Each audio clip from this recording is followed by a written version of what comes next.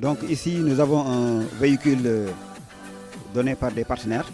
Donc c'est des véhicules de dernière génération.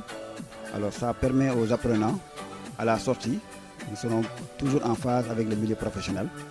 Alors sur ces véhicules-là, ils font des interventions sur beaucoup de systèmes, le système de motorisation, le système électrique, le système de liaison au sol, l'éclairage, etc., etc.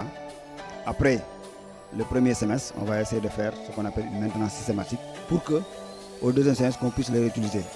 Parce qu'ici, on fait aussi la gestion du matériel. Donc, on fait une maintenance au niveau des équipements. Donc, ça, c'est un véhicule d'un don des partenaires. Alors, ici, nous avons un autre véhicule offert par des partenaires. Comme je dis, là-bas, c'était un véhicule essence. Ici, c'est un véhicule diesel à gazole. Alors, en réalité, ici, les élèves doivent être capables de remédier à un dysfonctionnement d'un système défectueux. Et après, on va démarrer le système pour voir est-ce que c'est en bon état ou pas. Donc, l'importance de ça, c'est qu'à l'extérieur, ce sera le même cas. Donc, c'est des cas réels et pratiques. Ces élèves vont pouvoir intervenir sur ces cas.